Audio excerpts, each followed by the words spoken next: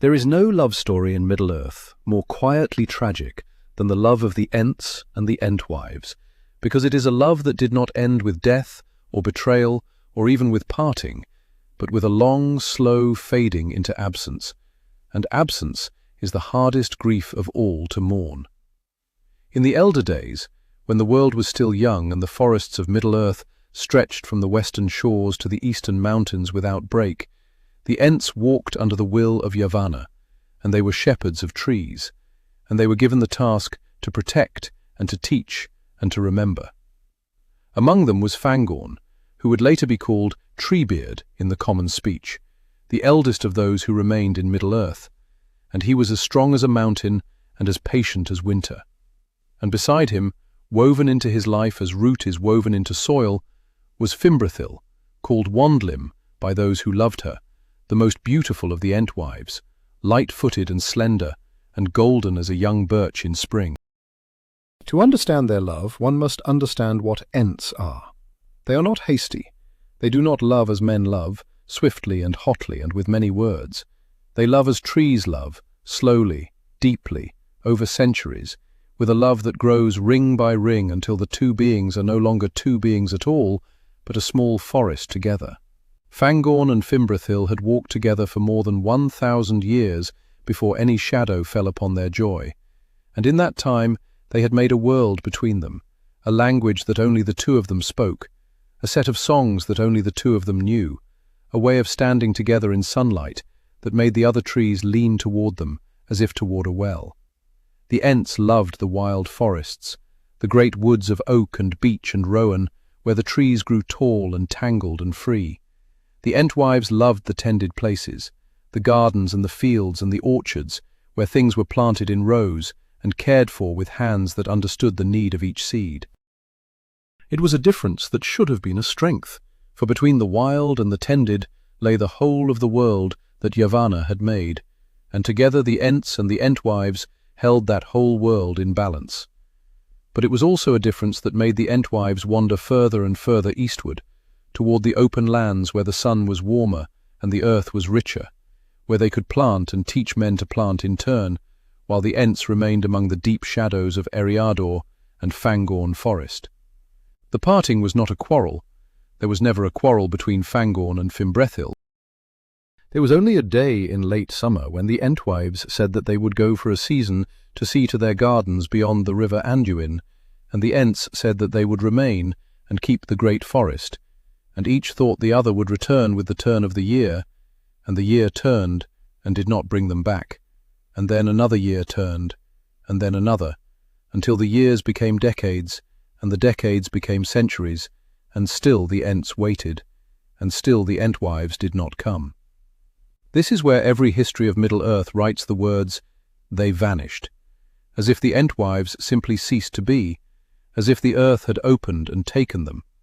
But vanishing is not a thing that happens without a reason, and love as old as the love of Fangorn and Fimbrethil does not simply cease to be heard without something or someone having silenced it. Part 2. Why the Entwives ran. The histories say that the Entwives vanished during the War of the Last Alliance, or perhaps a little before, when Sauron laid waste to much that was fair in Middle-earth, and that is true as far as it goes, but it does not tell what vanishing means when it is seen through the eyes of those who vanished. The Entwives have made their gardens in the Brown Lands, the wide, fertile country that lies between the forest of Mirkwood and the hills of Emyn Muil, lands that were in the Second Age among the richest in all of Middle-earth. There they had planted orchards of fruit trees that had never grown before, and fields of grain that waved gold in the wind, and herb gardens that could heal almost any wound, for the Entwives had learned from Yavanna herself, and their knowledge was gentle and deep. Men who lived near those gardens called that country the Land of Plenty, and they came to the Entwives to learn, and the Entwives taught them, because to teach is the nature of a shepherd. Then Sauron returned. He did not return at first with fire. He returned with a shadow that moved ahead of fire, a darkness that made the sun seem cold and the rain seem bitter. The gardens that had fed many villages began to wither at the edges, not from blight but from dread, for even plants feel the approach of a will that hates all growing things that it does not control.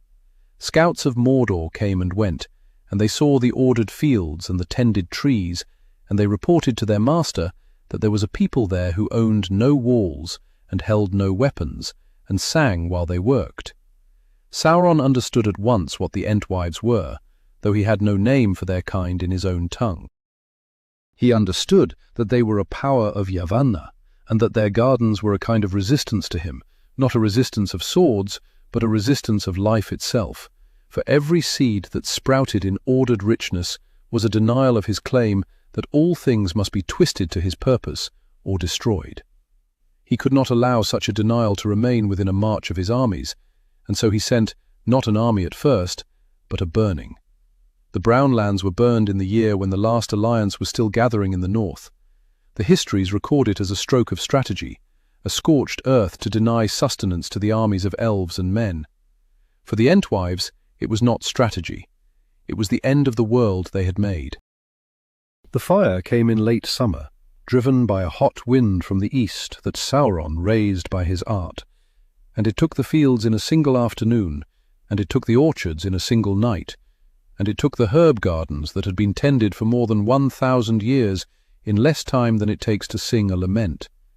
The Entwives could have stood and fought the fire as Ents fight, by stamping and by tearing earth and by calling water, and some did, and those who did were lost when the fire proved hotter than any forest fire should be, for it was fed not only by wood, but by will. The others did what any shepherd does when the field is lost. They saved what could be saved, and they ran. And they ran not as an army runs, but as a family of gardeners runs, carrying seeds sown into hems and cuttings wrapped in damp cloth, and children that were not children at all, but young saplings that could still be replanted. And they ran westward, toward the only great forest that had not yet been touched, toward the place their husbands had once kept and still named in song. They were many at the beginning. By the time they reached the grey flood they were fewer.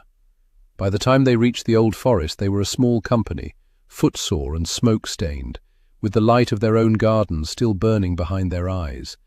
And they did not know that the forest they sought had shrunk to a narrow strip between the Barrow Downs and the Shire. Nor did they know that within that narrow strip there lived a power older than Ents, one who had been there before the first seed of Yavanna had been set in earth. Part 3. The Forest that Remembers How to Hide. The old forest is not as it seems to those who pass it on the road. To a hobbit from Buckland it is a dark and tangled place that is best avoided, a place where trees move when no wind blows and paths change while a traveller sleeps. To an elf, it is a strange pocket of old music, a remnant of the first forest that once covered all of Eriador, kept alive long after the rest was felled by Númenóreans and by winter. To Sauron it was, for a long time, nothing at all, a patch of trees not worth the attention of a great power, too small and too quiet to matter in the war for dominion. That smallness and that quiet were not by chance. They were kept so by the master of the forest, and the master had a name that no one gave him but that he gave himself in the beginning of days. Tom Bombadil was there before the old forest was old. He was there before the Barrow Downs were barrows, before the hills that hold them were raised. He remembers the first acorn, and that is not a boast in his mouth, but a simple fact that he mentions as a man might mention that he remembers the road to the mill. His house stands on the edge of the Withywindle, where the river runs cold and clear under willows that are older than kingdoms. And from that house he walks as far as his feet will carry him, no further, no less. And within that walking he is absolute master, not because he commands and compels, but because he is. And what he is cannot be commanded or compelled by any other. When the Entwives entered the old forest from the east, in the late autumn of that burning year, they came not as conquerors, and not as refugees who meant to settle, but as lost gardeners, seeking a place to hide until the fire had passed. They ducked under branches that should have been too low for their great height, and found that the branches lifted. They stepped upon roots that should have tangled their feet, and found that the roots smoothed. They sang as they walked, because Entwives always sing when they are afraid, and their song was high and clear, and full of the names of herbs that were now ash.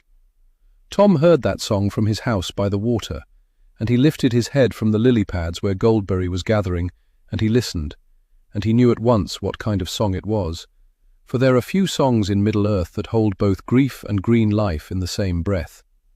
He went to meet them, not hurrying, for Tom never hurries, but singing as he went, and his own song was so merry and so strong that the trees, which had been leaning inward to see what manner of tall walkers had come among them, leaned back and made a path, and the Entwives, who had not heard a merry song in many months, stopped in the dusk among the willows, and saw a man in a blue coat and yellow boots coming toward them with a feather in his hat. He did not ask who they were, for he knew. He did not ask what they had lost, for the smoke still upon them told him. He looked up at them, for they were very tall and he is not, and he said in the language of no school, but that all growing things understand, that they were welcome in the forest, and that they could stay as long as they wished, and that if they wished to remain hidden, they must learn a new way to sing. Part 4. How to sing so that darkness does not hear. The danger that the Entwives had not understood, and that Tom understood without needing to be told, is that in Middle-earth to sing is to be heard, and to be heard by the wrong ear is to be found. Sauron did not need to see the Entwives to find them. He needed only to hear them, for his power in the Second Age was stretched wide over Eriador, and he listened as a spider listens, not with ears but with will. The Ents and the Entwives sing as they do everything else, largely and largely, with voices that carry. When Fangorn sings his long, slow songs in Fangorn Forest, the sound rolls through the trees for leagues, and the forest itself answers. When an Entwife sings over her garden, the plants lift and turn, and the song can be heard by any who has the art to listen for green life, and Sauron had that art in abundance, though he used it only to hunt and to destroy. The brown lands had been betrayed not by sight, but by song. The gardens had been found because the Entwives sang over them, and the song was beautiful and therefore audible, and the audible was therefore vulnerable. Tom knew this, because Tom has always known how to be in the world without being of the strategies of the world. His own singing is of an entirely different kind. He sings nonsense that is not nonsense, rhymes that seem idle, but that hold the shape of the world together within his bounds. He sings to Old Man Willow, and the old tree must obey, not because Tom commands it, but because Tom names it truly, and so it remembers what it is. He sings to the barrow wight, and the wight must release its cold, because the song of Tom is older than the wight. But his song does not carry beyond the forest, or rather it carries in a way that only the forest can hear, as a mother hum carries to a child who is already half asleep. No dark will can follow it, because it wants nothing, and threatens nothing, and claims nothing, and a will that listens for power or fear finds nothing in it to grasp.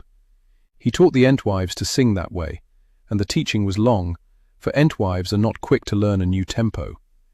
Their songs were broad and open, meant for orchards and wide fields where sound could roll.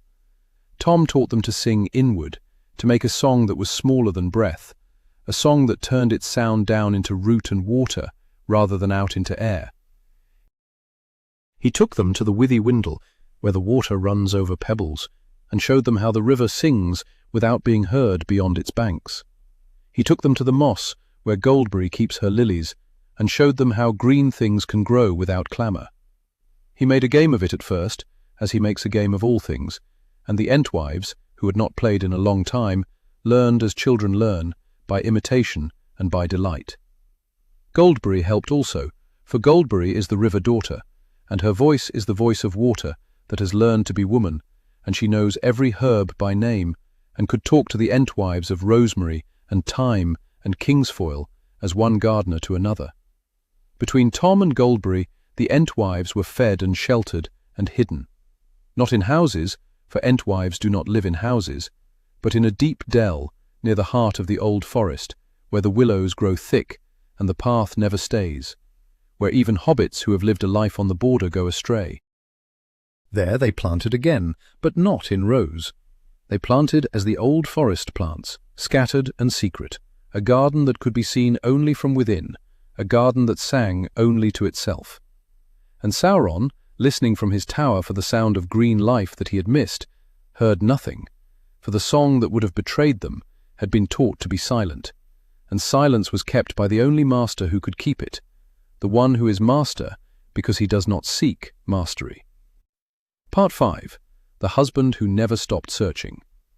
While the Entwives learned to be hidden in the old forest, Fangorn searched. He searched as only an Ent can search, which is to say without ceasing. At first the searching was orderly, as Ent things are orderly. The Ents met in their moot and resolved to seek the Entwives, and they divided the west of Middle-earth among themselves and set out, each Ent taking a direction and a promise to return with news. Fangorn took the north and the west, for he had always loved the north and the west, and he walked through Eriador when Eriador was still wide and wild, calling the name of Fimbrethil in the Entish tongue that takes half a day to say properly, and that holds in it not only name, but history and love and the shape of the one who is named. He called along the grey flood, and no answer came. He called in the South Downs, and no answer came. He called on the Barrow Downs, and the barrows, which were not yet filled with the dead of Cardolan, returned no answer but wind. He called at the edge of the old forest, and the trees there said that no Entwife had passed that way, and the trees were telling what they believed to be true, for Tom had asked them not to speak of what had been entrusted to them, and Old Man Willow, who can be gruff, but who is not cruel to those under Tom protection, kept his own counsel. Fangorn did not believe, he never believed. That is the nature of his love. An Ent does not stop loving because the world says the beloved is gone. He continues, as a tree continues, putting out leaf after leaf, though winter takes each one, because to do otherwise would be to cease to be what he is. So he searched again, and the second searching took longer than the first, because the world itself was changing under his feet. Forests were felled, roads were made. The Númenóreans, who had survived the downfall of their isle, came to the coasts and cut timber for ships, and the great woods of Minhiriath were lost. Fangorn walked through stumps where once there had been canopy, and still he called, and the name he called was worn smoother by each utterance, as a stone is worn smooth by water, until it was less a name and more a prayer. He came near to the old forest many times over the ages that followed, for the forest that the Entwives had entered lay directly upon his habitual wandering. He stood upon the high hay that the hobbits would later build and looked inward, and he felt, as any shepherd would feel, that the wood before him was not merely wood, but a kept place, a tended place, and the feeling pulled at him. He called, and the Entwives, hearing that call as a vibration in root and water, though they did not hear the word itself, stirred in their dell and looked up, and their own longing rose so sharply that Tom, who was sitting with his feet in the Withywindle, felt the air change, and began at once to sing a louder, merry song about beans and honey and willow boughs, a song so full of idle joy that it filled the whole border of the forest and left no room for any other sound to pass in or out. Fangorn heard that merry song and thought it only the wind, or the memory of a man he had once glimpsed at the edge of a field long before. He turned away, for even Ents can be turned away by a song that is stronger than their own, when that song is sung by one who is older, and who sings not to prevail, but to protect. And so the Entwives remained hidden a few hundred yards from the road that Treebeard walked, and Treebeard walked a few hundred yards from the dell where Fimbrethil tended her secret garden, and between them lay not distance, but a veil of song, kept whole by Tom Bombadil, who did not mean to be cruel, and did not know that he was keeping sundered what should have been joined, because keeping hidden was the only way he knew to keep safe. Part 6. The centuries that passed like seasons. Time in the old forest does not pass as time passes in the Shire. For a hobbit, 100 years is a very long life. For an Ent, 100 years is a season that was wet and then was dry. For Tom Bombadil, 100 years is a song that is sung and then is done, and then another song begins. The Entwives lived in the dell through the whole of the Third Age, though they did not count it as the histories count it. They marked time by the flowering of goldberry lilies and by the ripening of the secret orchard they had planted among the willows, an orchard that bore fruit no man or hobbit ever tasted, for it was an orchard for Ents, where the apples grew as large as pumpkins and the pears hung heavy as water jars. They were not unhappy in the way that prisoners are unhappy, for Tom is not a jailer, and the old forest is not a prison. They were hidden, and hiddenness has its own peace. They had work that suited them, for a garden that must be invisible must be tended with great cunning, with planting that looks like wildness but is not, with pruning that seems like windfall but is not. And the Entwives, who had been grieved by the loss of their open fields, found in that cunning a new kind of gardening that healed something in them, though it did not heal all. What did not heal was the ache of absence. An Entwife separated from her Ent husband does not simply miss him as a woman might miss a husband who is away upon a journey. She misses him as a limb misses the body, as a song misses the other voice that makes harmony possible. Fimbrethil would stand at evening by the water and lay her long hands upon the bark of a willow and feel the willow tremble, and she would think that the trembling was Fangorn, though it was not. And Tom, who saw this, and who understands many things without needing to understand sorrow, would bring his yellow boots through the reeds and sing a nonsense song about a feather and a broom, and the song would distract, but not comfort. And Goldberry would come and lay a cool hand where bark met hand, and say nothing, because there are griefs for which there are no herbs. The Entwives grew quieter as the centuries passed. They sang less, even in the soft inward voice Tom had taught them, for singing, even inwardly, is a way of reaching out, and reaching out when what is reached for never answers becomes a weariness. They kept their garden, they kept their dell, they kept their pact of hiddenness, because Tom had told them in the beginning that the dark would return, and that to be found would be to be destroyed. And they believed him, because in the old forest, what Tom says is true in the way that water is wet. They did not know that Sauron had been overthrown at the end of the Second Age, and had returned, and had been overthrown again. They did not know that the brown lands remained brown. They knew only that the forest was safe, and that beyond the forest the world was loud and hungry, and so they stayed, and the staying became its own kind of vanishing, for a hidden that is never ended becomes indistinguishable from a lost. Part 7. The evening when the song was almost heard. The closest that Fangorn ever came to finding what he had lost was in the early years of the Third Age, though he never knew it, and the Entwives never knew how close they had come to being found, and only Tom knew both sides at once. It was an evening in late spring, when the Withywindle ran high with meltwater, and the willows were in young leaf, and the light lay gold upon the Barrow Downs. Fangorn had come west again, on one of his great wandering, and he had walked further south than was his custom, following a memory that he could not name, a pull that felt like the pull of water to root. He came to the eastern border of the old forest, where the trees grow thickest, and where the path that hobbits call the Withywindle path winds, and he stopped, for the forest before him was closed, not by bramble but by a kind of hush, as if the air itself had been taught to be quiet. On the other side of that hush, in the dell where the Entwives kept their orchard, Fimbrethil had lifted her head at the same hour, though she had not heard a call. Something in the water had changed, a vibration that came not through air, but through the deep root web that all trees share, and that Ents and Entwives can feel as a man feels a shiver. She did not know that it was Fangorn. She knew only that a great rooted being had come near, one whose patience was as old as her own, and her long, slow heart, which had learned to beat very quietly, began to beat a little faster, and she stepped from under her willow toward the edge of the dell.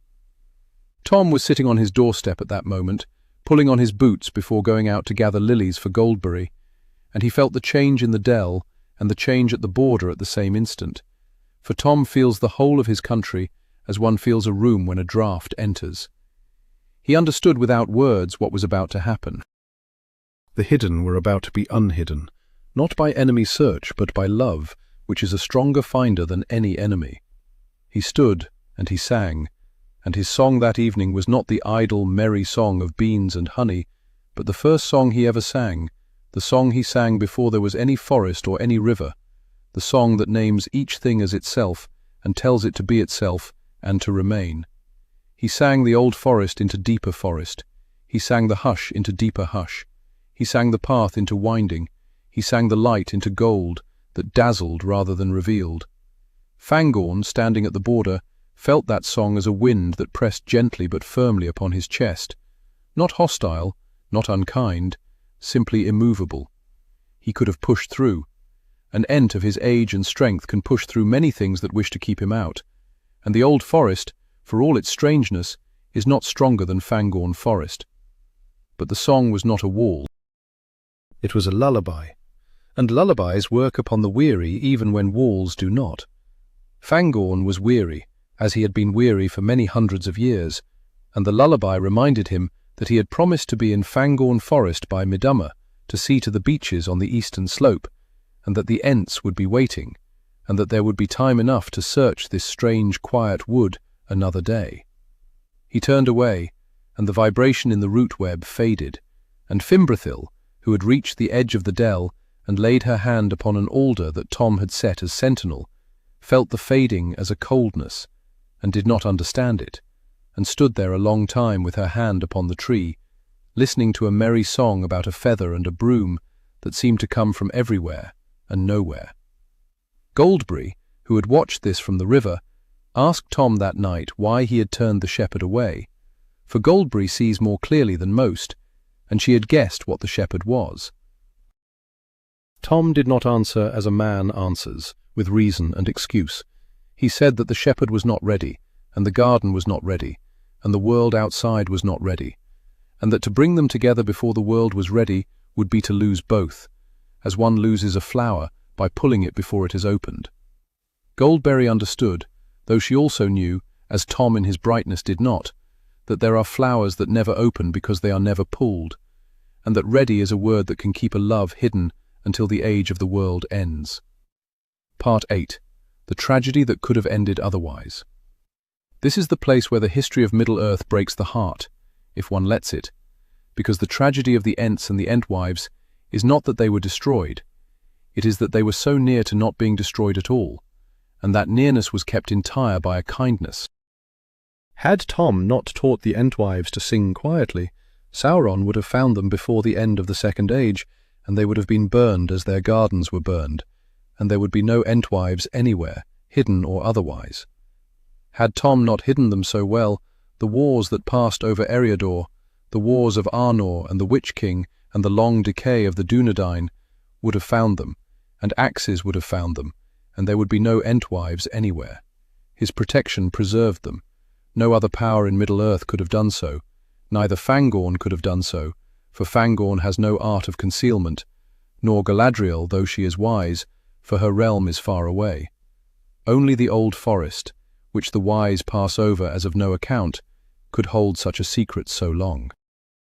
And yet the same concealment that preserved life prevented reunion, for the hush that kept Sauron deaf also kept Fangorn deaf, and the winding that turned away soldiers also turned away the shepherd, who would have given anything to be turned not away, but in. Tom never meant this second keeping. Tom does not calculate second effects. He sees what is before him, a frightened company of gardeners who need a dell and a lesson, and he gives dell and lesson. He does not see the shepherd on the other side of the forest, or rather he sees him, but sees him as one more wanderer whose hour is not now.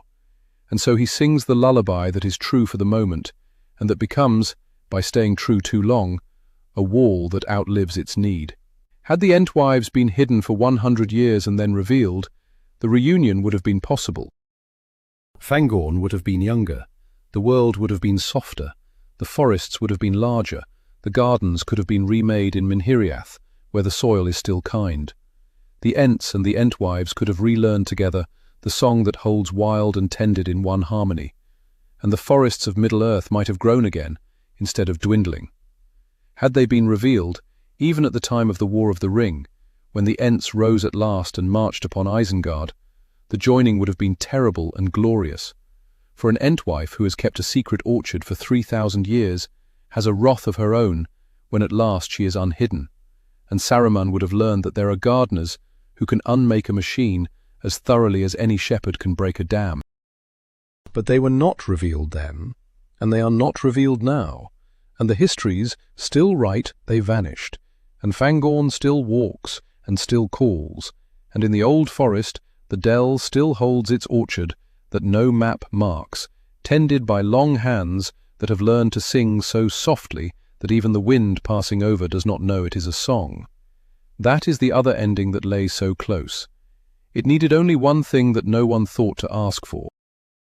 It needed that one afternoon on the border, when the root web trembled. Tom had sung not the lullaby but the waking, not remain but come forth, and Fangorn would have pushed through the hush, and Fimbrethil would have stepped through the alder, and the two would have met, not as they were in youth, but as age had made them, which for Ents is not older but deeper, and the forest between them would have rung, softly at first and then loudly, with a song that had not been heard in Middle-earth for more than 3,000 years, the song of Ent and Entwife together, the song that makes the trees stand straighter, and the water run clearer, and the world remember what it was made for. Part 9. The Song That Waits Still. And so the matter rests, as many matters rest in Middle-earth, not finished but waiting. Fangorn still walks. In Fangorn Forest, when the wind is from the west and the light is low, the other Ents say that he stops and lifts his great head as if listening, and they ask whom he listens for, and he says that he listens for a river and a garden.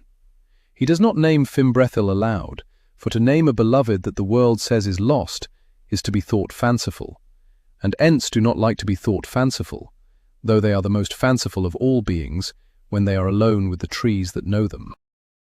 Yet in his heart the listening never stops, and at times, especially when the spring comes early and the sap rises, he feels the root web tremble as it trembled that evening long ago, and he takes a step westward before he remembers that he has taken that step many times before, and that the old forest always turned him aside, and so he stops, and he sings, and his song is a long, slow, Entish lament that takes a full day to sing, and that no hobbit has ever heard entire. A lament for the Entwives, and for the world that was wide enough to hold them both, and is now narrow. Fimbrethil still tends. In the dell of the old forest that no map marks and no path finds, she and her sisters move among trees that are half wild and half tended, a new kind of growth that the world has not seen before, and will not see again until hidden things are revealed. They have made a beauty there that is neither the beauty of Fangorn Forest nor the beauty of the Brown Lands, but a third beauty, quiet and secret, that holds within it both wild and tended at once, the very harmony that the world lost when the Ents and the Entwives parted. They sing as they work, still in the soft inward voice Tom taught them, songs to apple and to pear, and to herb that was thought lost when the gardens burned, and the songs go down into root and do not rise into air, and the orchard answers by growing. Tom still keeps. He walks his bounds as he has always walked them, from the Withywindle to the Barrow Downs and back, singing as he goes, and his song still holds the hush. He does not know that he keeps sundered what could be joined, or rather he knows and does not know, as one who keeps a promise that was right when it was made, and that has become, by staying kept too long, a different kind of promise. He is not cruel. He is not forgetful. He is the oldest, and the oldest remember the first shape of things, and often do not see that the shape has changed, and that the world beyond the forest is no longer a place where green life must be hidden to live. He sings to keep safe, and keeping safe has become keeping apart. Goldberry knows. She keeps the river, and the river keeps all things that pass, and she has seen the step that Fangorn never takes, and the hand that Fimbrethil lays upon the alder at evening, and she knows that a time will come when the world will be ready, though she does not know when. She keeps lilies upon the water, and when the wind is right, she lets a single leaf fall upon the Withywindle, and watches it float westward out of the forest toward the lands where Ents walk, a small green message that is not a summons and not a promise, only a leaf, and perhaps one day an Ent will see such a leaf, and will wonder why a leaf from an unknown orchard has come to his feet, and will follow the water to its source, and will not be turned away. If you walk near the high hay when the evening is still and the old forest seems to breathe, and if you are very quiet and you do not try to hear but simply let hearing come, you may feel rather than hear a song that is softer than any song you have ever tried to hear, a song that goes down into earth rather than out into wind, and you may think for a moment that you have heard two songs braided into one, a great slow voice from the east and a lighter answering voice from the west, separated by a forest and a will and a kindness that has lasted too long. That is the love of Fangorn and Fimbrethil waiting. It has waited for more than 3,000 years, and it can wait a little longer, for Ents are patient, and Entwives are patient, and even Tom Bombadil, who seems so careless, is patient in the way that a river is patient, which is to say that he will be there when the world at last is ready to be as wide again as Yavanna meant it to be. When that day comes, if it comes, the old forest will open not because it is forced, but because Tom will sing a different song, the waking after the long lullaby, and the hush will lift, and the dell will no longer be hidden, and Fimbrethil will step from under her willow, and will not need to keep her voice small, and her first true song in 3,000 years will rise into air as a garden rises in spring, and Fangorn, wherever he walks, will hear it for what it is, not as a trembling in root, but as a name spoken aloud, his own name and her name woven together as they were in the beginning, and he will answer, and the forests between will answer, and Middle-earth will remember, very late but not too late, that the Ents and the Entwives were never meant to sing alone. Until then, the secret orchard grows, and the old forest keeps, and the shepherd searches, and the love that the world wrote down as vanished remains, hidden by a blue coat and yellow boots, waiting for the song that will at last be loud enough for the beloved to hear, and soft enough for the darkness never to have heard at all.